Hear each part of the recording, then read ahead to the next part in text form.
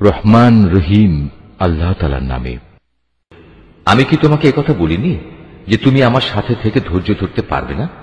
সে বলল, যদি এরপর আর একটি কথাও আমি তোমাকে জিজ্ঞেস করি তাহলে তুমি আমাকে তোমার সাথে রেখো না। অবশ্য এখন তো তুমি আমার পক্ষ থেকে ওজর পেশ করার প্রান্ত সীমায় পৌঁছে গেছো। আবার তারা চলতে শুরু করল। কিছুদূর এগিয়ে তারা জনপদের অধিবাসীদের কাছে পৌঁছল। সেখানে পৌঁছে তারা সেই জনপদের অধিবাসীদের কাছে কিছু খাবার চাইল, কিন্তু তারা তাদের মেহমানদারি করতে অস্বীকার করল।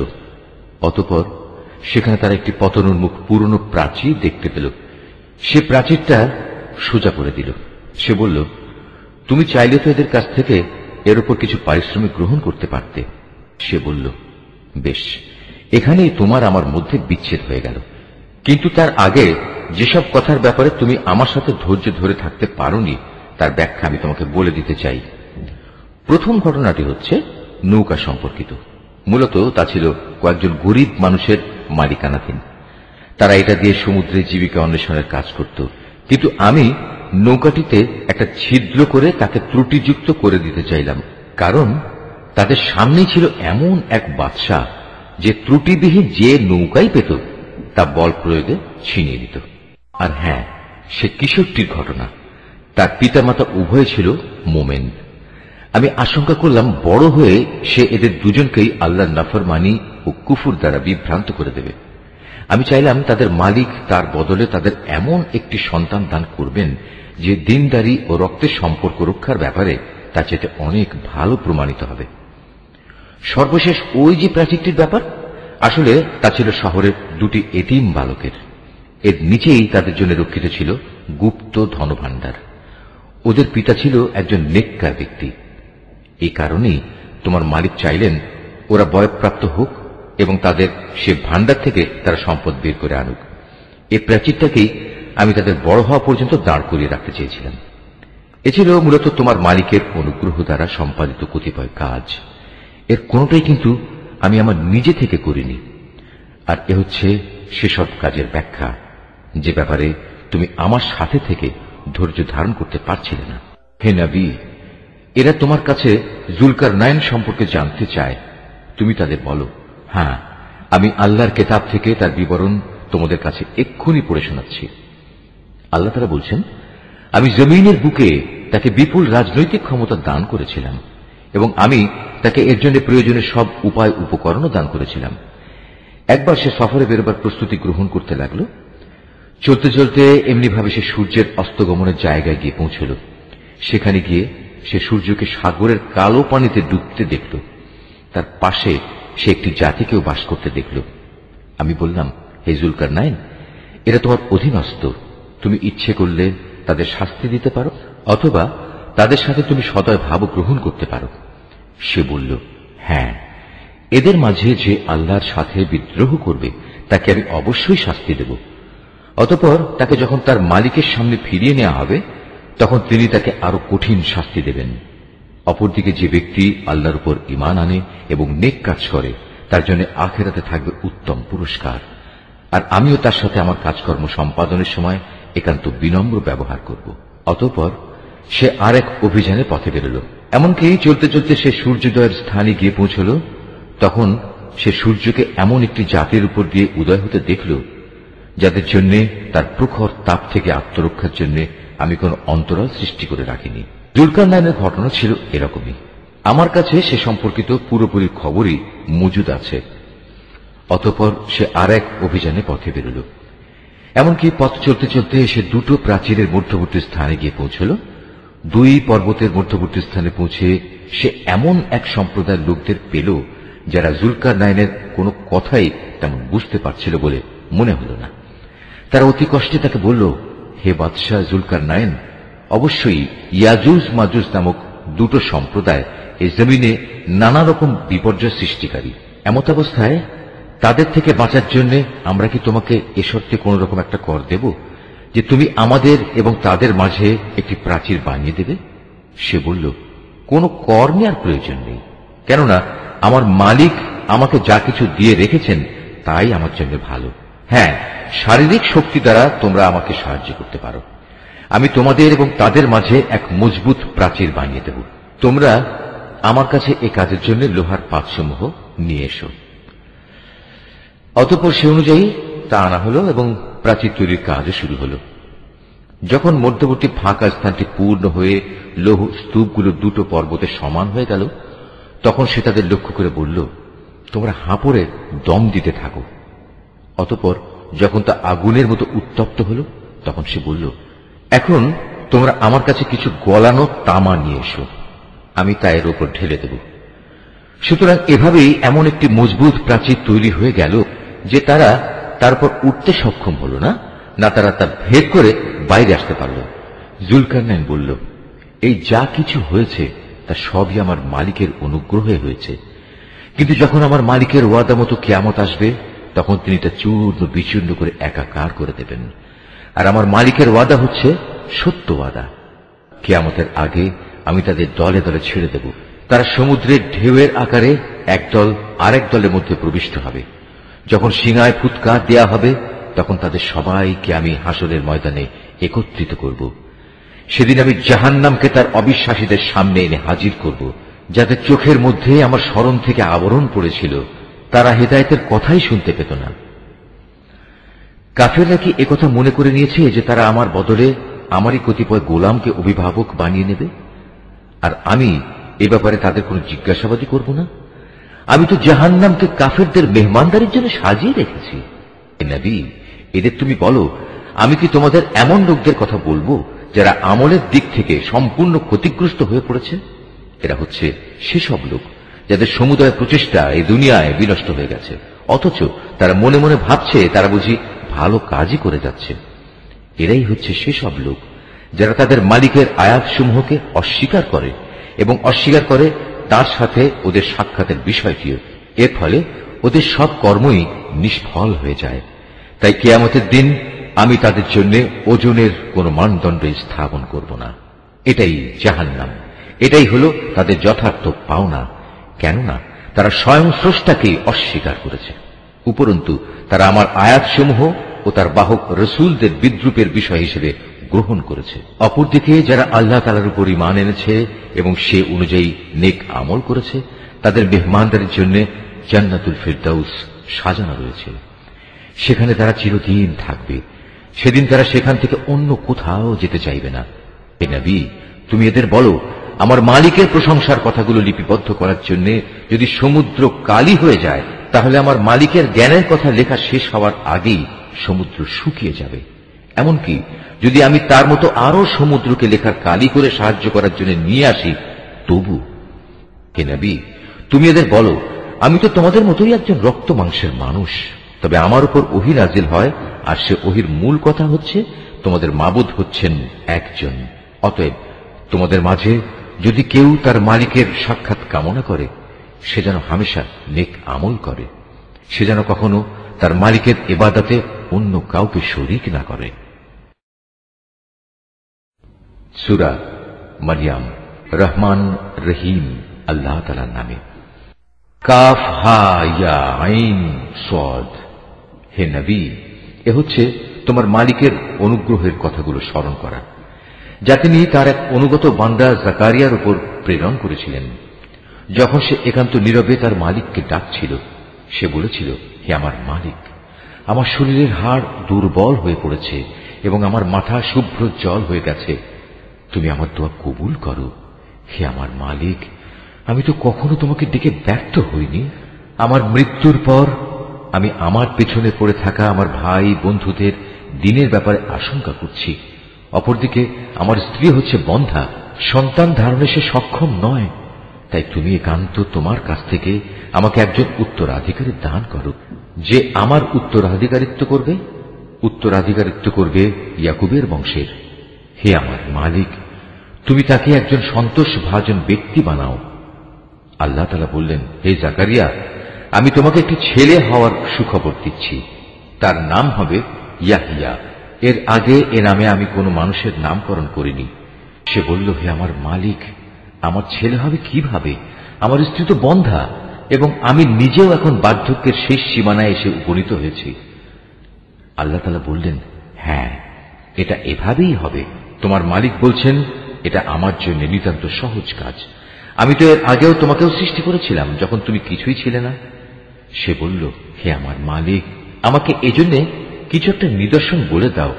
তিনি বললেন, হ্যাঁ, তোমার নিদর্শন হচ্ছে সুস্থ থেকেও তুমি ক্রমাগত 3 রাত মানুষদের সাথে কোন রকম কথাবার্তা বলবে না।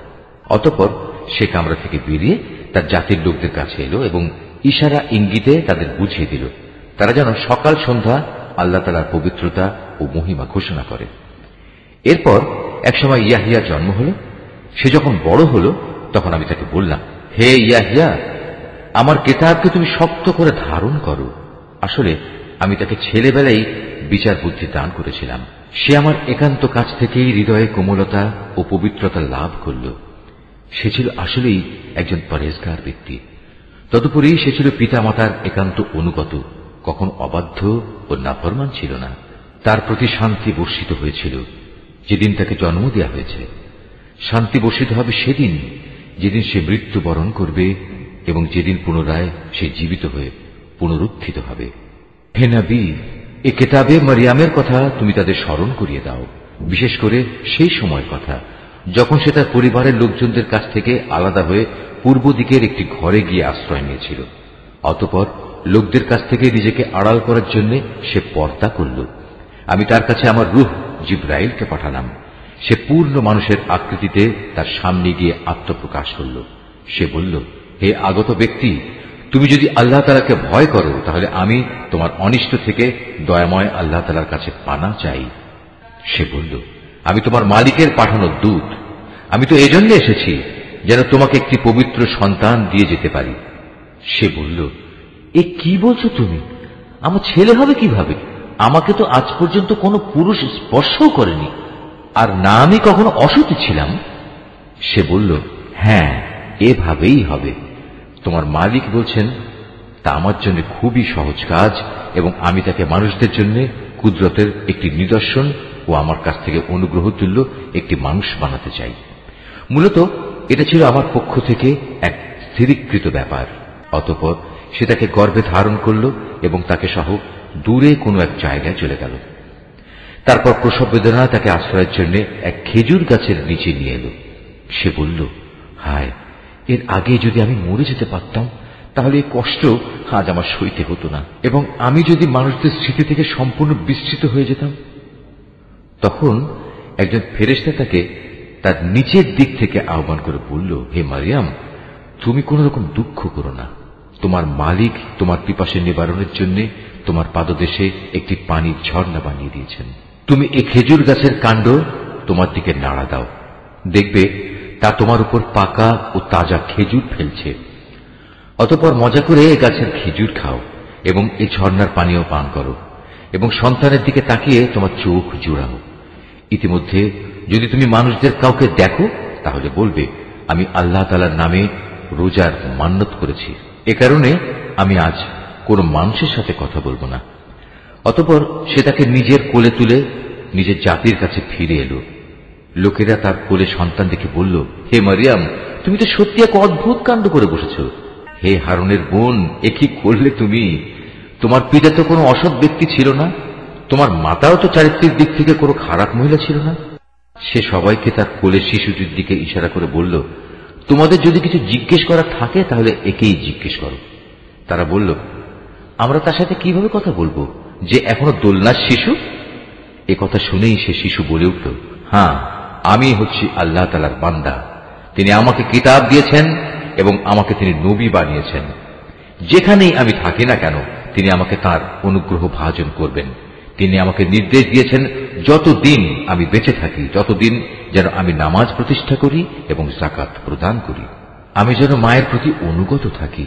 আল্লাহর শুকর, তিনি আমাকে নাফরমান করে পয়দা করেননি। আমার উপর ছিল আল্লাহ তাআলার পক্ষ থেকে বিশেষ শান্তি যেদিন আমি জন্মগ্রহণ করেছি। শান্তি থাকবে সেদিন যেদিন আমি আবার মৃত্যুবরণ করব এবং মৃত্যুর পরে যেদিন জীবিত অবস্থায় পুনরুত্থিত হব। এ হচ্ছে মারিয়াম পুত্র ঈসা এবং এ হচ্ছে তার আসল ঘটনা। জানিয়ে তারা অযথাই সন্দেহ করে। তারা বলে, সে আল্লাহ তাআলার সন্তান, কিন্তু সন্তান গ্রহণ করা আল্লাহ তাআলার কাজ নয়। তিনি এ থেকে অনেক পবিত্র। তিনি যখন কোনো কিছু করতে চান তখন শুধু বলেন হও এবং সাথে সাথেই তা হয়ে যায়। অবশ্যই আল্লাহ তাআলা আমার মালিক এবং তোমাদেরও মালিক, অতএব তোমরা সবাই তাঁরই গোলামি করো, আর এটাই হচ্ছে সহজ ও সরল পথ। এরপর তাদের দলগুলো নিজেদের মাঝে মারিয়াম পুত্রকে নিয়ে নানা মতানৈক্য সৃষ্টি করল। অতঃপর যারা আল্লাহ তাআলার ঘোষণা অস্বীকার করল তাদের জন্য রয়েছে এক কঠিন কিয়ামতের দিনের দুর্ভোগ। যেদিন এরা আমার সামনে এসে হাজির হবে সেদিন তারা ভালো করেই শুনবে এবং ভালো করেই দেখতে পাবে। কিন্তু আজ এই জালেমরা না শোনা ও না দেখার ভান করে সুস্পষ্ট গুমরাহিতে নিমজ্জিত হয়ে আছে। হে নবী, সেই আক্ষেপের দিনটি সম্পর্কে তুমি এদের সাবধান করে দাও, যেদিন জান্নাত জাহান্নামের ব্যাপারে চূড়ান্ত সিদ্ধান্ত হয়ে যাবে। এখন তো এরা এ ব্যাপারে গাফিলতে ডুবে রয়েছে, তাই ওরা আল্লাহর উপর ঈমান আনছে না।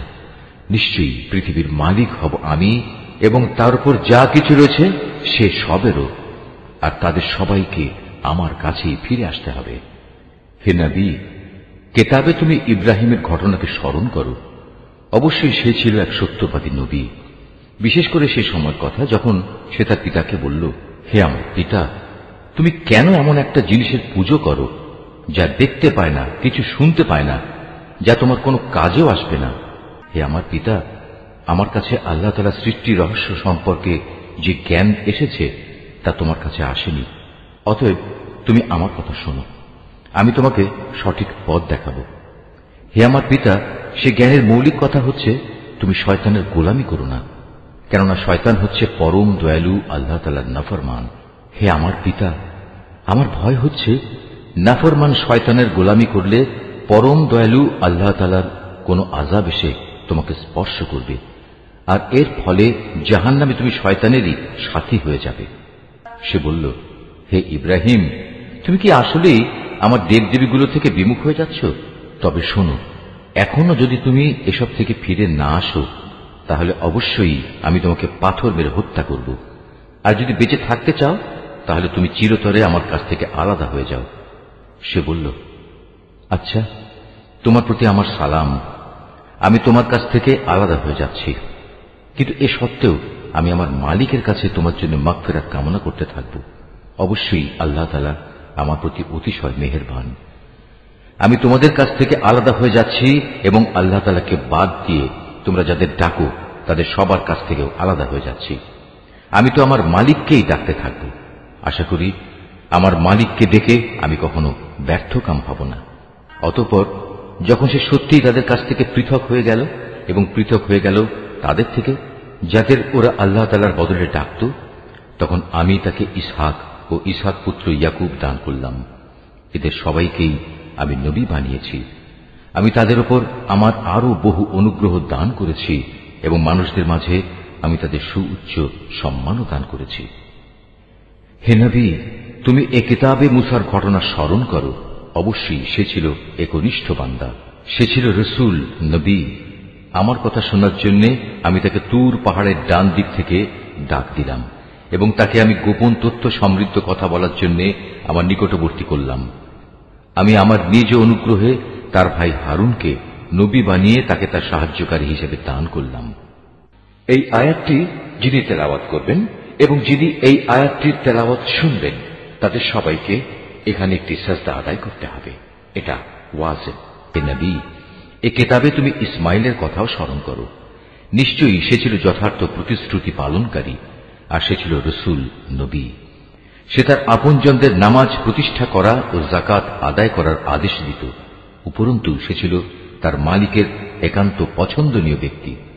হে নবী, তুমি এই কিতাবে ইদ্রিসের কথাও স্মরণ করো। সেও ছিল একজন সত্যবাদী নবী। আমি তাকে উচ্চ মর্যাদায় সমাসীন করেছিলাম।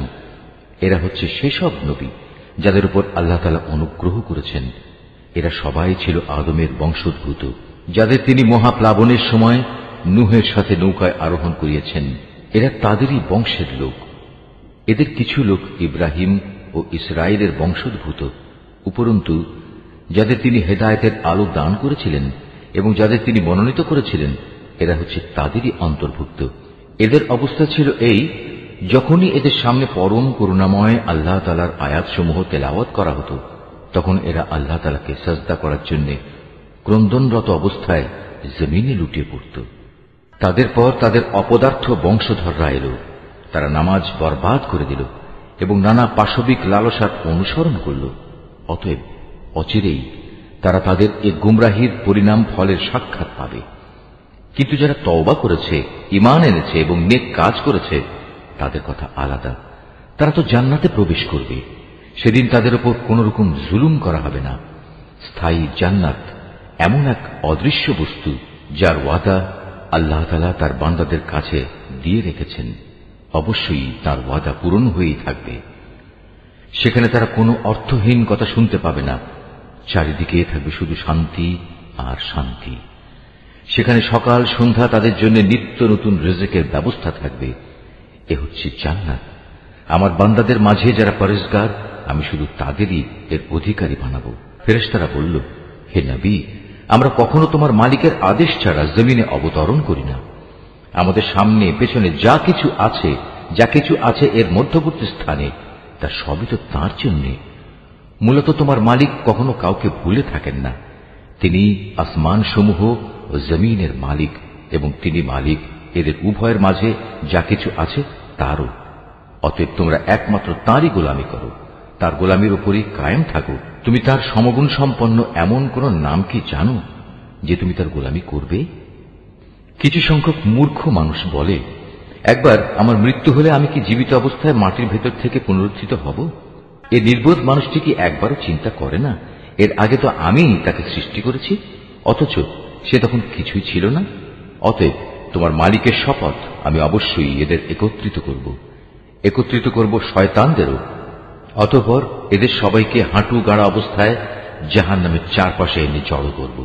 তারপর আমি অবশ্যই এদের প্রত্যেক দলের মধ্যে থেকে দয়াময় আল্লাহ তাআলার প্রতি যারা সবচেয়ে বেশি বিদ্রোহী ছিল তাদের খুঁজে খুঁজে বের করে আনব। ওদের মধ্যে যারা জাহান্নামে নিক্ষিপ্ত হবার অধিকতর যোগ্য, আমি তাদের সবার চেয়ে বেশি জানি। জাহান্নামে তোমাদের মধ্যে এমন একজন ব্যক্তিও হবে না যাকে এর উপর দিয়ে পার হতে হবে না। এটা হচ্ছে তোমার মালিকের অমোঘ সিদ্ধান্ত। এ পার হওয়ার সময় আমি শুধু ওসব মানুষদেরই মুক্তি দেব যারা দুনিয়ার জীবনে আল্লাহ তাআলাকে ভয় করেছে। অবশিষ্ট জালেমদের আমি নতজানু অবস্থায় সেখানে রেখে দেব। তাদের সামনে যখন আমার সুস্পষ্ট আয়াতসমূহ তেলাওয়াত করা হয়েছে, তখন তারা ঈমানের বদলে কুফরি করেছে। তারা ঈমানদারদের লক্ষ্য করে বলে, বলতো আমাদের উভয় দলের মাঝে কোন দলটি মর্যাদায় শ্রেষ্ঠতর ও কোন দলের মাহফিল বেশি শানদার? অথচ ওদের পূর্বে কত শানদার মাহফিলের অধিকারী মানব গোষ্ঠীকে আমি নির্মূল করে দিয়েছি, যারা আজকের এই কাফেরদের চাইতে সহায় সম্পদ ও প্রাচুর্যের বাহাদুরিতে ছিল অনেক শ্রেষ্ঠ। হে নবী, এদের বলো, যে ব্যক্তি গুমরাহিতে নিমজ্জিত থাকে তাকে দয়াময় আল্লাহ তাআলা অনেক ঢিল দিতে থাকেন, যতক্ষণ না তারা সে বিষয়টি স্বচক্ষে প্রত্যক্ষ করবে। যে বিষয়ে তাদের সতর্ক করা হচ্ছে, হয় তা হবে আল্লাহ তাআলার শাস্তি, নতুবা হবে কিয়ামত। তেমন সময় উপস্থিত হলে তারা অচিরেই একথা জানতে পারবে কোন ব্যক্তিটি মর্যাদায় নিকৃষ্ট ছিল এবং কার জনশক্তি ছিল দুর্বল। এর বিপরীত যারা হেদায়েতের পথে চলে, আল্লাহ তাআলা দিন দিন তাদের হেদায়েতের পরিমাণ বাড়িয়ে দেন। হে নবী, তোমার মালিকের কাছে তো স্থায়ী জিনিস হিসেবে মানুষের নেক আমলই হচ্ছে সর্বোৎকৃষ্ট পুরস্কার পাওয়ার দিক থেকে যেমন তা ভালো, প্রতিদান হিসেবেও তা তেমনি উত্তম। তুমি সে ব্যক্তির অবস্থা লক্ষ্য করেছো কি, যে আমার আয়াতসমূহকে প্রত্যাখ্যান করে এবং অধ্যত্বের সাথে বলে বেড়ায়, কিয়ামতের দিন আমাকে অবশ্যই আমার মাল ও সন্তান ফেরত দেয়া হবে? সে কি অদৃশ্য জগতের কোন খবর পেয়েছে? না দয়াময় আল্লাহ তাআলার কাছ থেকে এ ব্যাপারে সে কোনো প্রতিশ্রুতি আদায় করে নিয়েছে? না, এর কোনটাই নয়। যা কিছু সে বলে আমি তার প্রতিটি কথাই লিখে রাখব, এবং সে হিসেবেই কিয়ামতের দিন আমি তার শাস্তি বাড়াতে থাকব। সে যা কিছু আজ বলছে আমি হব তার অধিকারী, আর সে একান্ত একা ও নিঃসঙ্গ অবস্থায় আমার কাছে ফিরে আসবে। এরা আল্লাহ তাআলাকে বাদ দিয়ে অন্যদের মাবুদ বানায় যেন এরা তাদের জন্য সাহায্যকারী হতে পারে, কিন্তু না, কিয়ামতের দিন বরং এরা তাদের ইবাদতের কথা সম্পূর্ণত অস্বীকার করবে। এরা তখন তাদের বিপক্ষ হয়ে যাবে। হে নবী, তুমি কি এই বিষয়টির প্রতি লক্ষ্য করনি আমি কিভাবে কাফেরদের উপর শয়তানদের ছেড়ে দিয়ে রেখেছি? তারা আল্লাহ তাআলার বিরুদ্ধে তাদের ক্রমাগত উৎসাহ দান করছে। অতএব তুমি এদের আযাবের ব্যাপারে কোন রকম তাড়াহুড়ো করো না। আমি তো এদের চূড়ান্ত ধ্বংসের দিনটি গণনা করে যাচ্ছি। সেদিন আমি পরেশগার বান্দাদের সম্মানিত মেহমান হিসেবে দয়াময় আল্লাহ তাআলার কাছে একত্রিত করব, আর নাফরমানদের জাহান্নামের দিকে তৃষ্ণার্ত উটের ন্যায় তাড়িয়ে নিয়ে যাব। সেদিন কোন মানুষই আল্লাহ তাআলার দরবারে সুপারিশ পেশ করার ক্ষমতা রাখবে না। হ্যাঁ, যদি কেউ আল্লাহ তাআলার কাছ থেকে তেমন কোন প্রতিশ্রুতি নিয়ে রাখে তবে তা ভিন্ন কথা। এই মূর্খ লোকেরা বলে, করুণাময় আল্লাহ তাআলা সন্তান গ্রহণ করেছেন। তুমি এদের বলো, এটি অত্যন্ত কঠিন একটি কথা তোমরা যা আল্লাহ তাআলা সম্পর্কে নিয়ে এসেছ। এত কঠিন কথার কারণে হয়তো আসমান ফেটে পড়ার উপক্রম হবে, জমিন বিদীর্ণ হয়ে যাবে, পাহাড় সমূহ চূর্ণ বিচূর্ণ হয়ে যাবে। এর কারণ এরা দয়াময় আল্লাহ তাআলার জন্য সন্তান হওয়ার কথা বলেছে, অথচ সন্তান গ্রহণ করা আল্লাহ তাআলার জন্য কোনো অবস্থায় শোভনীয় নয়। কেননা আসমান সমূহ ও জমিনে যা কিছু আছে তাদের মাঝে কিছুই এমন নেই যা কিয়ামতের দিন দয়াময় আল্লাহ তাআলার সম্মুখে তার অনুগত বান্দা হিসাবে উপস্থিত হবে না। তিনি তার সৃষ্টির সব কিছুকে কড়ায় গণ্ডায় গুনে তার পূর্ণাঙ্গ হিসাবে রেখে দিয়েছেন। কিয়ামতের দিন এদের সবাই নিঃসঙ্গ অবস্থায় তাঁর সামনে আসবে। যারা আল্লাহ তাআলার উপর ঈমান আনে এবং নেক কাজ করে, আল্লাহ তাআলা অচিরেই তাদের জন্য ভালোবাসা সৃষ্টি করে দেবেন। আমি তো এই কোরআনকে তোমার ভাষায় সহজ করে নাজিল করেছি, যাতে করে তুমি এর দ্বারা যারা আল্লাহ তাআলাকে ভয় করে তাদের জান্নাতে সুসংবাদ দিতে পারো, এবং দ্বীনের ব্যাপারে যে জাতি খামাখা ঝগড়া করে তুমি তাদেরও এ দিয়ে সাবধান করে দিতে পারো। তাদের আগেও আমি বহু মানব গোষ্ঠীকে ধ্বংস করে দিয়েছি। এদের কোন রকম অস্তিত্ব কি তুমি এখন অনুভব করো, না শুনতে পাও এদের কোন ক্ষীণতম শব্দ? সূরা তাহা। রহমান রহিম আল্লাহ তাআলার নামে। তাহা, হে নবী, আমি এ কোরআন এজন্য নাজিল করিনি যে তুমি এর দ্বারা কষ্ট পাবে। এ কোরআন তো হচ্ছে বরং কষ্ট থেকে মুক্তি পাওয়ার একটি উপায় ও নসিহত মাত্র সে ব্যক্তির জন্য যে আল্লাহ তাআলাকে ভয় করে।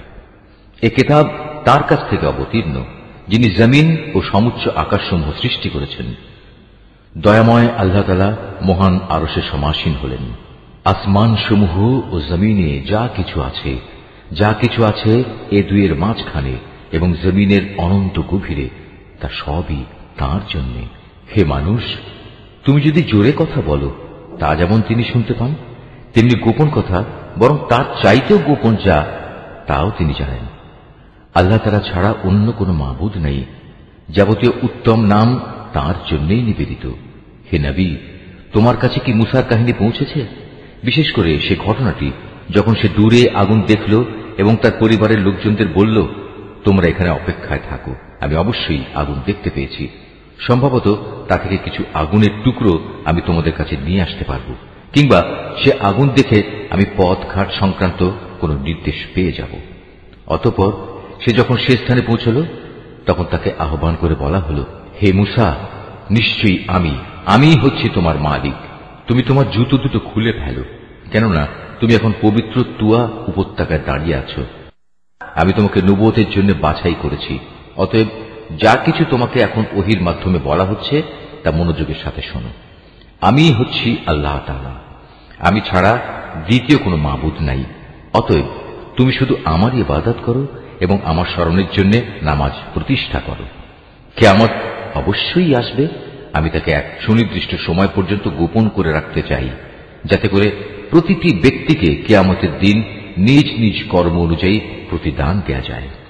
যে ব্যক্তি কিয়ামত দিবসের উপর বিশ্বাস করে না এবং যে নিজ প্রবৃত্তির অনুসরণ করে, সে যেন তোমাকে ওতে বিশ্বাস স্থাপন থেকে কখনো বাধা দিতে না পারে। এমনটি করলে অতঃপর তুমি নিজেই ধ্বংস হয়ে যাবে। হে মুসা, বলতো তোমার ডান হাতে ওটা কি? সে বলল, এটি হচ্ছে আমার হাতের লাঠি। আমি কখনো কখনো এর উপর ভর দেই, আবার কখনো তা দিয়ে আমি আমার মেষপালের জন্য গাছের পাতা পাড়ি। তাছাড়াও এটি আমার আরো অনেক কাজে লাগে। আল্লাহ তাআলা বললেন, হে মুসা, এটি মাটিতে নিক্ষেপ করো। অতঃপর সে তা মাটিতে নিক্ষেপ করল, সাথে সাথেই তা সাপ হয়ে এদিক ওদিক ছোটাছুটি করতে লাগল। তিনি বললেন, হে মুসা, তুমি একে ধরো, ভয় পেও না, দেখবে আমি এখনই তাকে তার আগের আকৃতিতে ফিরিয়ে আনছি। হে মুসা, এবার তুমি তোমার হাত তোমার বগলে রাখো। অতঃপর দেখবে কোন রকম অসুখজনিত দোষ ত্রুটি ছাড়াই তা নির্মল উজ্জ্বল হয়ে বেরিয়ে আসবে। এ হচ্ছে আমার পরবর্তী নিদর্শন। এগুলো এজন্য দেয়া হলো যেন আমি তোমাকে আমার কুদরতের আরো বড় বড় নিদর্শন দেখাতে পারি।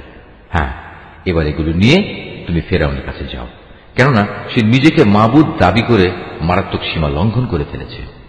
সে বলল, হে আমার মালিক, তুমি আমার জন্য আমার বক্ষকে প্রশস্ত করে দাও, আমার কাজ আমার জন্য সহজ করে দাও, আমার জিহ্বার জড়তা দূর করে দাও, যাতে করে ওরা আমার কথা বুঝতে পারে।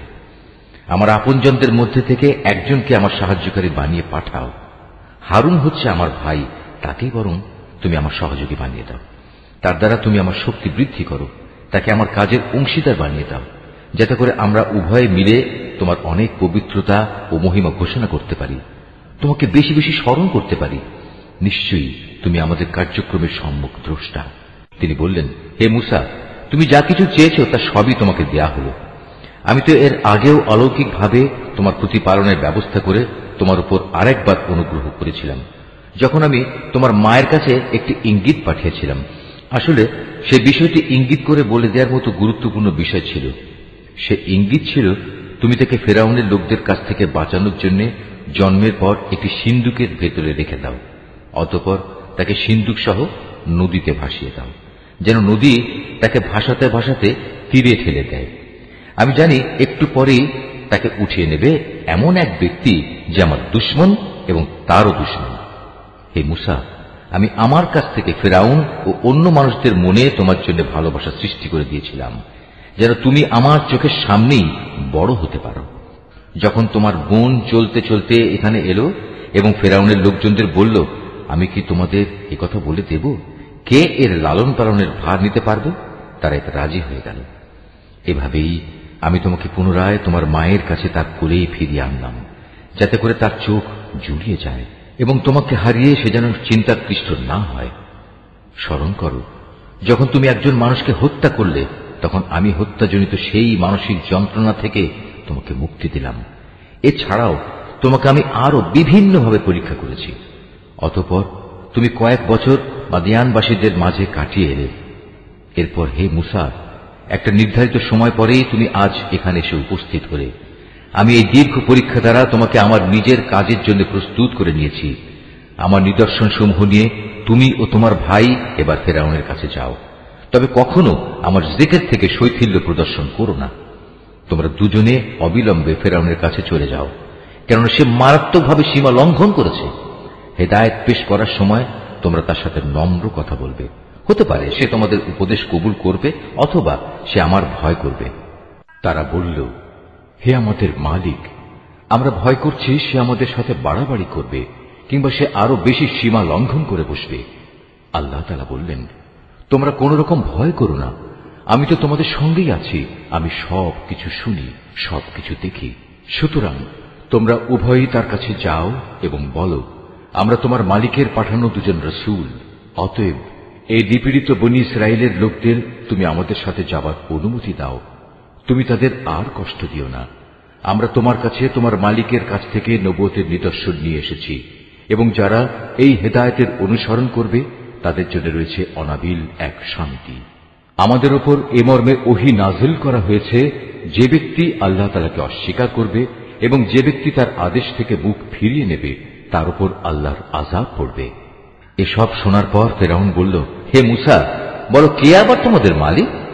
সে বলল, আমাদের মালিক তিনি, যিনি প্রতিটি জিনিসকে তার যথাযোগ্য আকৃতি দান করেছেন, অতঃপর তাদের সবাইকে সঠিক পথ নির্দেশ দিয়েছেন। সে বলল, তাহলে আগের লোকদের অবস্থা কি হবে? সে বলল, সে বিষয়ে জ্ঞান আমার মালিকের কাছে সংরক্ষিত একটি বিশেষ গ্রন্থে মজুদ আছে। আমার মালিক কখনো ভুল পথে যান না, তিনি কারো কোনো কথা ভুলেও যান না। তিনি এমন এক সত্তা, যিনি তোমাদের জন্য জমিনকে বিছানা বানিয়ে দিয়েছেন, ওতে তোমাদের চলার জন্য বহু ধরনের পথঘাটের ব্যবস্থা করে দিয়েছেন।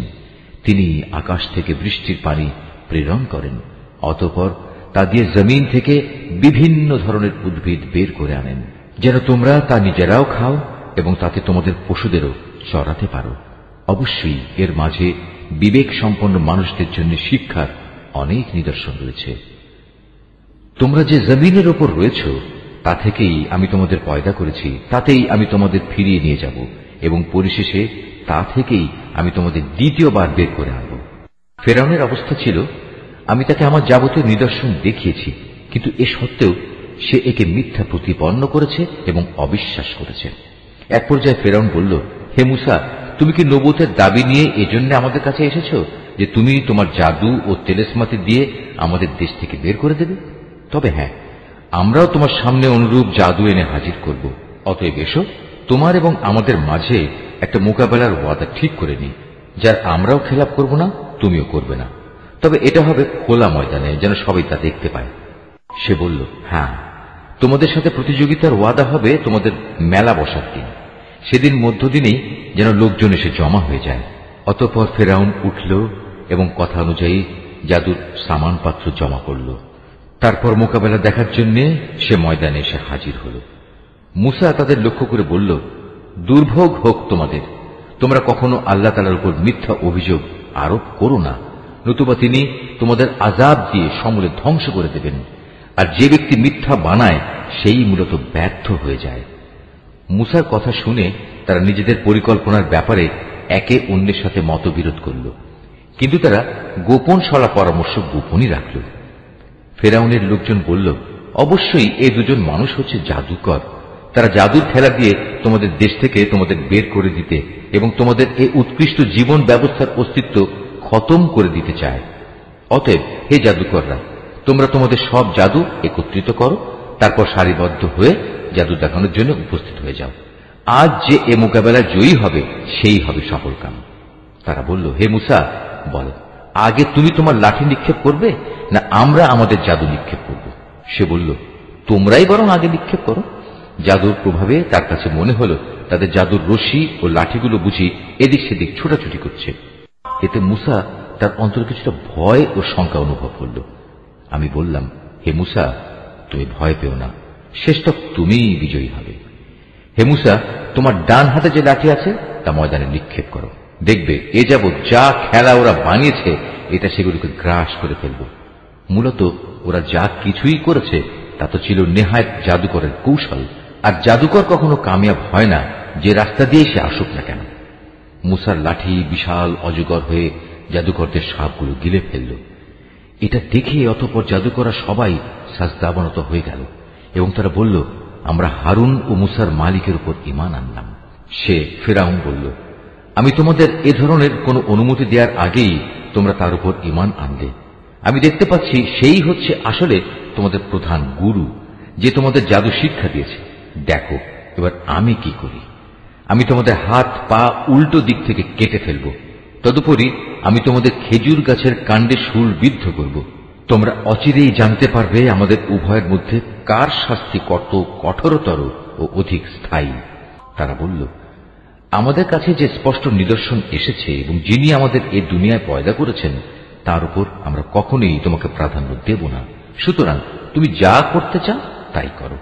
তুমি বড়জোর এ পার্থিব জীবন সম্পর্কেই কোন সিদ্ধান্ত গ্রহণ করতে পারবে। আমরা তো আমাদের মালিকের উপর ঈমান এনেছি, যাতে করে তিনি আমাদের গুনাহসমূহ, বিশেষ করে তুমি যে আমাদের জাদু করতে বাধ্য করেছ তা যেন মাফ করে দেন। আমরা বুঝতে পেরেছি আল্লাহ তাআলাই হচ্ছেন শ্রেষ্ঠ, তিনি হচ্ছেন অধিকতর স্থায়ী। যে ব্যক্তি কোনো অপরাধে অপরাধী হয়ে তার মালিকের দরবারে হাজির হবে তার জন্য থাকবে জাহান্নাম। আর জাহান্নাম এমন এক জায়গা যেখানে মানুষ মরতে চাইলেও মরবে না, আবার বাঁচার মতো করে বাঁচবেও না। অপরদিকে যে ব্যক্তিই তার কাছে মোমেন হয়ে কোনো নেক কাজ নিয়ে হাজির হবে তারাই হচ্ছে সেসব লোক যাদের জন্য রয়েছে সমুচ্চ মর্যাদা, এমন এক স্থায়ী জান্নাত যার পাদদেশ দিয়ে ঝর্ণাধারা প্রবাহিত হবে, সেখানে তারা থাকবে চিরকাল। এ হচ্ছে সে ব্যক্তির পুরস্কার যে স্বীয় জীবন পবিত্র রেখেছে। আমি মুসার কাছে এ মর্মে ওহী পাঠিয়েছি, তুমি আমার বান্দাদের নিয়ে রাতের বেলায় এই দেশ ছেড়ে চলে যাও এবং আমার আদেশে তুমি ওদের জন্য সমুদ্রের মধ্যে একটি শুষ্ক সড়ক বানিয়ে নাও। পেছন থেকে কেউ তোমাকে ধাওয়া করবে এই আশঙ্কা তুমি কখনোই করো না। মুসা তার জাতিকে নিয়ে সাগরের পানি বেরিয়ে গেল। অতঃপর ফেরাউন তার সৈন্য সামন্ত সহ তাদের পশ্চাৎ ধাবন করল। তারপর সাগরের অথই পানি তাদের ডুবিয়ে দেয়, ঠিক যেমনটি তাদের ডুবিয়ে দেওয়া উচিত ছিল। মূলত ফেরাউন তার জাতিকে গোমরাহ করে দিয়েছে সে কখনোই তাদের সঠিক পথ দেখায়নি। হে বনী ইসরাইল, চেয়ে দেখো আমি কিভাবে তোমাদের প্রধান শত্রু ফেরাউন থেকে তোমাদের মুক্তি দিয়েছি, এবং আমি তোমাদের নবীর কাছে তুর পাহাড়ের ডান দিকে যে স্থানে তাওরাত গ্রন্থ দানের ওয়াদা করেছিলাম তাও পূরণ করেছি। তোমাদের জন্য আমি আরো নাজিল করেছি তোমাদের প্রতি এক পবিত্র খাবার, যার নাম মান এবং সালওয়া। তোমাদের আমি যা ভালো খাবার দান করেছি তা খাও এবং তাতে বাড়াবাড়ি করো না, নতুবা তোমাদের উপর আমার গজব অবধারিত হয়ে যাবে, আর যার উপর আমার গজব নাজিল হবে সে তো ধ্বংসই হয়ে যাবে। আমি অবশ্যই তার প্রতি ক্ষমাশীল যে ব্যক্তি তওবা করল, অতঃপর সৎপথে অবিচল থাকল। মুসা পাহাড়ে আসার পর আমি বললাম, হে মুসা, কেন তুমি তোমার জাতির লোকদের থেকে তাড়াতাড়ি তুর পর্বতে চলে এলে? সে বলল, না, তারা তো আমার পেছনেই রয়েছে। আমি তোমার কাছে আসতে তাড়াতাড়ি করলাম যাতে করে, হে মালিক, তুমি আমার উপর সন্তুষ্ট হও। তিনি বললেন, তোমার চলে আসার পর আমি তোমার জাতিকে আর এক পরীক্ষায় ফেলেছি। সামেরি নামের এক ব্যক্তি তাদের গোমরা করে দিয়েছিল। অতঃপর মুসা অত্যন্ত ক্রুদ্ধ ও ক্ষুব্ধ হয়ে তার জাতির কাছে ফিরে এল। এসে তাদের সে বলল, হে আমার জাতি, এ তোমরা কি করলে? আল্লাহ তাআলা কি তোমাদের একটি উত্তম প্রতিশ্রুতি দেননি যে তোমাদের তিনি এ জমিনের কর্তৃত্ব সমর্পণ করবেন? তবে কি আল্লাহ তাআলার এ প্রতিশ্রুতির সময়টি তোমাদের কাছে খুব দীর্ঘ মনে হয়েছিল? তোমরা আর অপেক্ষা করতে পারলে না? কিংবা তোমরা এটাই চেয়েছ তোমাদের উপর তোমাদের মালিকের গজব অবধারিত হয়ে পড়ুক, অতঃপর তোমরা আমার ওয়াদাই ভঙ্গ করে ফেললে? তারা বলল, হে মুসা, আমরা তোমার প্রতিশ্রুতি নিজেদের ইচ্ছায় ভঙ্গ করিনি। আসলে যা ঘটেছে তা ছিল, মানুষদের অলংকার পত্রের বোঝা আমাদের উপর চাপানো হয়েছিল, আমরা তা বইতে না পেরে আগুনে নিক্ষেপ করে দিই। এ ছিল আমাদের অপরাধ। এভাবেই সামেরি আমাদের প্রতারণার জালে নিক্ষেপ করল। তারপর সে অলংকার দিয়ে তাদের জন্য একটি বাছুর বানিয়ে বের করে আনল। মূলত তা ছিল একটি নিষ্প্রাণ অবয়ব, তাতে গরুর মতো শব্দ ছিল মাত্র। তারা এটুকু দেখেই বলতে লাগলো, এ হচ্ছে তোমাদের মাবুদ, এটি মুসার মাবুদও। কিন্তু মুসা এর কথা ভুলে আর এক মাবুদের সন্ধানে তুর পাহাড়ে চলে গেছে। ধিক তাদের বুদ্ধির উপর! তারা কি দেখেনি ওটা তাদের কথার কোনো উত্তর দেয় না, না ওটা তাদের কোন রকম ক্ষতি কিংবা উপকার করার ক্ষমতা রাখে? মুসা তার জাতির কাছে ফিরে আসার আগেই হারুন তাদের বলেছিল, হে আমার জাতি, এই গোবাছুর দ্বারা তোমাদের ঈমানেরই পরীক্ষা নেওয়া হচ্ছে। তোমাদের মালিক তো হচ্ছেন দয়াময় আল্লাহ তাআলা। তোমরা আমার অনুসরণ করো এবং আমার আদেশ মেনে চলো। ওরা বলল, যতক্ষণ পর্যন্ত মুসা আমাদের কাছে ফিরে না আসবে আমরা এই পূজা থেকে বিরত হব না। মুসা এসে এসব নাফরমানি কাজ দেখল। সে বলল, হে হারুন, তুমি যখন দেখলে ওরা গোমরা হয়ে গেছে, তখন তোমাকে কোন জিনিস বিরত রেখেছিল যে তুমি আমার কথার অনুসরণ করলে না? তুমি কি আমার আদেশ তাহলে অমান্যই করলে? সে বলল, হে আমার মায়ের ছেলে, তুমি আমার দাড়ি ও মাথার চুল ধরো না। আমি এমনই একটি আশঙ্কা করেছিলাম। তুমি ফিরে এসে হয়তো বলবে তুমি বনী ইসরায়েলদের মাঝে বিভেদ সৃষ্টি করেছ এবং তুমি আমার কথা পালনের যত্ন নাওনি। মুসা সামেরীকে জিজ্ঞেস করল, এবার বলো তোমার ব্যাপারটা কি হয়েছিল? সে বলল, আসলে আমি যা দেখেছিলাম তা ওরা দেখেনি। ঘটনাটা ছিল, আমি আল্লাহর বাণীবাহকের পদচিহ্ন থেকে এক মুঠো মাটি নিয়ে নিলাম, অতঃপর তা ওতে নিক্ষেপ করলাম। আমার মন কেন জানি এভাবেই আমাকে ব্যাপারটা বুঝিয়ে দিয়েছিল। সে বলল, চলে যাও আমার সম্মুখ থেকে, তোমার জীবদ্দশায় তোমার জন্য এ শাস্তি নির্ধারিত হল। তুমি বলতে থাকবে, আমাকে কেউ স্পর্শ করো না। এছাড়া তোমার জন্য আরো আছে পরকালের আযাবের ওয়াদা, যা কখনো তোমার কাছ থেকে সরে যাবে না। তাকিয়ে দেখো তোমার বানানো মাবুদের প্রতি, যার পূজায় তুমি এতদিন রত ছিলে। আমি ওকে অবশ্যই জ্বালিয়ে দেব, অতঃপর তার ছাই বিক্ষিপ্ত করে সমুদ্রে নিক্ষেপ করব। হে মানুষ, তোমাদের মাবুদ তো কেবল আল্লাহ তাআলাই, যিনি ব্যতীত দ্বিতীয় কোনো মাবুদ নেই। তিনি তার জ্ঞান দিয়ে সবকিছু পরিবেষ্টন করে আছেন। হে নবী, মুসার যেসব ঘটনা তোমাদের আগে ঘটেছে তার সংবাদ আমি এভাবেই তোমাকে শুনিয়ে যাব। তাছাড়া আমি তোমাকে আমার কাছ থেকে একটি স্মরণিকাও দান করেছি। যে কেউই এ স্মরণিকা থেকে মুখ ফিরিয়ে নেবে সে কিয়ামতের দিন নিজ কাঁধে গুনাহের এক ভারী বোঝা বইবে। তারা সব সময় এ অবস্থায় থাকবে, কিয়ামতের কঠিন দিনে তাদের জন্য এ বোঝা কত মন্দ প্রমাণিত হবে। যেদিন সিনায় ফুৎকার দেয়া হবে সেদিন আমি সব অপরাধীকে এমন অবস্থায় জমা করব, ভয়ে তাদের চোখ নীল ও দৃষ্টিহীন থাকবে। তারা নিজেদের মধ্যে চুপে চুপে বলাবলি করতে থাকবে, তোমরা দুনিয়ায় বড়জোর 10 দিন অবস্থান করে এসেছ। আসলে আমি জানি সে অবস্থানের সঠিক পরিমাণ কত ছিল, বিশেষ করে যখন তাদের মধ্যেকার সবচেয়ে বিবেকবান ব্যক্তি যে সৎ পথে ছিল বলবে, তোমরা তো দুনিয়ায় মাত্র 1 দিন অবস্থান করে এসেছ। হে নবী, তারা তোমার কাছে কিয়ামতের সময় পাহাড়গুলোর অবস্থা কি হবে জানতে চাইবে। তুমি তাদের বলো, সে সময় আমার মালিক এগুলোকে টুকরো টুকরো করে উড়িয়ে দেবেন। অতঃপর এই জমিনকে তিনি মসৃণ ও সমতল ভূমিতে পরিণত করে ছাড়বেন। তুমি এতে কোন রকম অসমতল ও উঁচু নিচু দেখবে না। সেদিন সব মানুষ একজন আহ্বানকারীর পেছনে চলতে থাকবে, তার জন্য কোনো বাঁকা পথ থাকবে না। সে চাইলেও অন্যদিকে যেতে পারবে না। সেদিন দয়াময় আল্লাহ তাআলার প্রচন্ড ক্ষমতার সামনে অন্য সব শব্দেই ক্ষীণ হয়ে যাবে। এ ভয়ঙ্কর পরিস্থিতিতে ভীত বিহবল মানুষের পায়ে চলার মৃদু আওয়াজ ছাড়া আর কিছুই তুমি শুনতে পাবে না। সেদিন পরাক্রমশালী আল্লাহ তাআলার সামনে কারো কোন রকম সুপারিশই কাজে আসবে না। অবশ্য যাকে করুণাময় আল্লাহ তাআলা অনুমতি দেবেন এবং যার কথায় তিনি সন্তুষ্ট হবেন তার কথা আলাদা। তাদের সামনে ও পেছনে যা কিছু আছে তা তিনি সম্যক অবগত আছেন, কিন্তু তারা তাদের ক্ষুদ্র জ্ঞান দ্বারা তার বিশাল জ্ঞানকে কোনোদিনই পরিবেষ্টন করতে পারবে না। সেদিন মানুষের চেহারাগুলো সেই চিরঞ্জীব ও অনাদি সত্তার সামনে অবনত হয়ে যাবে। ব্যর্থ হবে সে ব্যক্তি যে সেদিন শুধু জুলুমের ভারী বহন করবে। অপরদিকে যে ব্যক্তি ঈমানের সাথে দুনিয়ায় নেক কাজ করেছে, সেদিন সে কোনো জুলুমের ভয় করবে না এবং কোনো ক্ষতির ভয়ও।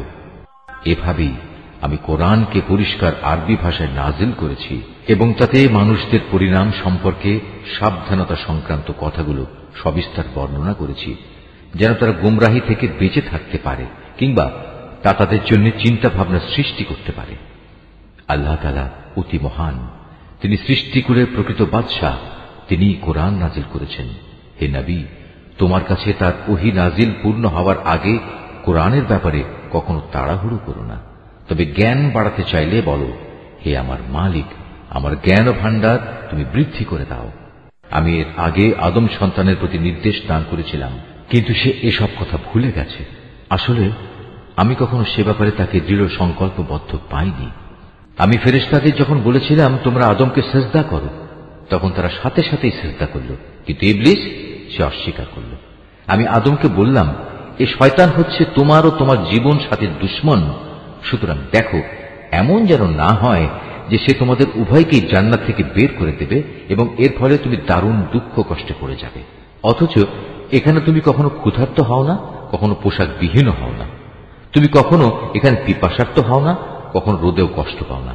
কিন্তু এত সাবধান করা সত্ত্বেও অতঃপর শয়তান তাকে কুমন্ত্রণা দিল। সে তাকে বলল, হে আদম, আমি কি তোমাকে অনন্ত জীবনদায়িনী একটি গাছের কথা বলবো, যার ফল খেলে তুমি এখানে চিরজীবন থাকতে পারবে, এবং বলবো এমন রাজত্বের কথা যার কখনো পতন হবে না? অতঃপর তারা উভয় ওই নিষিদ্ধ গাছের ফল খেল। সাথে সাথেই তাদের শরীরের লজ্জাস্থানসমূহ তাদের সামনে প্রকাশ হয়ে পড়ল এবং তারা লজ্জায় তাড়াতাড়ি করে জান্নাতের বিভিন্ন গাছের পাতা দ্বারা নিজেদের লজ্জাস্থান ঢাকতে শুরু করল। এভাবেই আদম তার মালিকের নাফরমানি করল এবং এ কারণে সে সাময়িকভাবে পথভ্রষ্ট হয়ে গেল। কিন্তু তার ক্ষমা প্রার্থনার পর তার মালিক তাকে তার বংশধরদের পথ প্রদর্শনের জন্য বাছাই করে নিলেন, তার উপর ক্ষমা পরবশ হলেন এবং তাকে সঠিক পথ নির্দেশ দিলেন। তিনি বললেন, শয়তান ও তোমরা এখন উভয় দলই এখান থেকে নেমে পড়ো। মনে রাখবে, তোমরা কিন্তু একজন আর একজনের জঘন্য দুশমন। অতঃপর তোমাদের জীবন পরিচালনার জন্য যদি আমার কোন হেদায়েত পথ নির্দেশ আসে, অতঃপর যে আমার হেদায়েত অনুসরণ করবে সে না কখনো দুনিয়ায় বিপদগামী হবে, না আখেরাতে সে কোনো কষ্ট পাবে। হ্যাঁ, যে ব্যক্তি আমার স্মরণ থেকে বিমুখ হবে তার জন্য জীবনের বাঁচার সামগ্রী সংকুচিত হয়ে যাবে। সর্বোপরি তাকে আমি কিয়ামতের দিন অন্ধ বানিয়ে হাজির করব। সে নিজেকে এভাবে দেখার পর বলবে, হে আমার মালিক, তুমি আমাকে কেন আজ অন্ধ বানিয়ে উঠালে? দুনিয়াতে তো আমি চক্ষুষ্মান ব্যক্তি ছিলাম। তিনি বলবেন, আসলে দুনিয়াতেও তুমি এমনই অন্ধ ছিলে। আমার আয়াতসমূহ তোমার কাছে এসেছিল, কিন্তু তুমি তা ভুলেছিলে। এভাবে আজ তোমাকেও ভুলে যাওয়া হবে। মূলত আমি এভাবেই তাদের প্রতিফল দিই। যারা আমার আয়াত নিয়ে বাড়াবাড়ি করে সে তার মালিকের আয়াতের উপর কখনো ঈমান আনে না। সত্যিকার অর্থে পরকালের আযাবই হচ্ছে বেশি কঠিন এবং অধিক স্থায়ী। এদের আগে আমি কত কত জনপদ ধ্বংস করে দিয়েছি, আর এ ধ্বংসপ্রাপ্ত জনপদ সমূহের উপর দিয়ে এরা তো হামেশাই চলাফেরা করে। অবশ্যই এতে বিবেকবান মানুষদের জন্য নিদর্শন রয়েছে। যদি তোমার মালিকের পক্ষ থেকে এদের অবকাশ দেওয়ার এই ঘোষণা না থাকত এবং এদের উপর আযাব আসার সুনির্দিষ্ট কালক্ষণ আগেই ঠিক করা না থাকত, তাহলে এদের উপর কবেই আযাব অবশ্যম্ভাবী হয়ে পড়ত। অতএব হে নবী, এরা যা কিছুই বলে তুমি তার উপর ধৈর্য ধারণ করো। তুমি বরং তোমার মালিকের প্রশংসা, পবিত্রতা ও মহিমা ঘোষণা করো সূর্যোদয়ের আগে ও তা অস্ত যাওয়ার আগে। রাতের বেলায় ও দিনের দুই প্রান্তেও তুমি আল্লাহর পবিত্রতা ঘোষণা করো। তাহলে কিয়ামতের দিন তুমি সন্তুষ্ট হতে পারবে। হে নবী, পার্থিব জীবনের সৌন্দর্য স্বরূপ ভোগ বিলাসের সেসব উপকরণ আমি তাদের অনেককেই দিয়ে রেখেছি। তার দিকে তুমি কখনো তোমার দু চোখ তুলে তাকাবে না। আসলে আমি এ সব কিছু এ কারণেই দিয়েছি যেন আমি তাদের পরীক্ষা করতে পারি। মূলত তোমার মালিকের রিজিকই হচ্ছে উৎকৃষ্ট ও অধিক স্থায়ী। হে নবী, তোমার পরিবার পরিজনকে নামাজের আদেশ দাও এবং নিজেও তার উপর অবিচল থেকো। আমি তো তোমার কাছে কোন রকম রিজিক জীবন উপকরণ চাই না। রিজিক তো তোমাকে আমিই দান করি। আল্লাহ তাআলাকে ভয় করার জন্যই রয়েছে উত্তম পরিণাম। এর পরেও মূর্খ লোকেরা বলে, এ ব্যক্তি তার মালিকের কাছ থেকে আমাদের কাছে কোনো নিদর্শন নিয়ে আসে না কেন? তুমি কি মনে করো তাদের কাছে সেসব দলিল প্রমাণ নেই যা আগের কিতাবসমূহে মজুদ রয়েছে? আমি যদি এর আগেই তাদের কোনো আযাব দিয়ে ধ্বংস করে দিতাম, তাহলে অবশ্যই এরা বলতো, হে আমাদের মালিক, তুমি আযাব পাঠাবার আগে আমাদের কাছে একজন রসুল পাঠালে না কেন? রসুল পাঠালে আমরা এভাবে লাঞ্ছিত ও অপমানিত হওয়ার আগেই তোমার আয়াতসমূহ মেনে চলতাম। হে নবী, এদের বলো, হ্যাঁ, প্রত্যেক ব্যক্তি তার কাজের প্রতিফল পাবার অপেক্ষা করছে। অতএব তোমরাও অপেক্ষা করো। অচিরেই তোমরা জানতে পারবে সঠিক পথের অনুসারী কারা, আর কারাই বা সোজা সঠিক পথ পেয়েছে। নিশ্চয়ই আল্লাহ যা বলেছেন সত্য বলেছেন।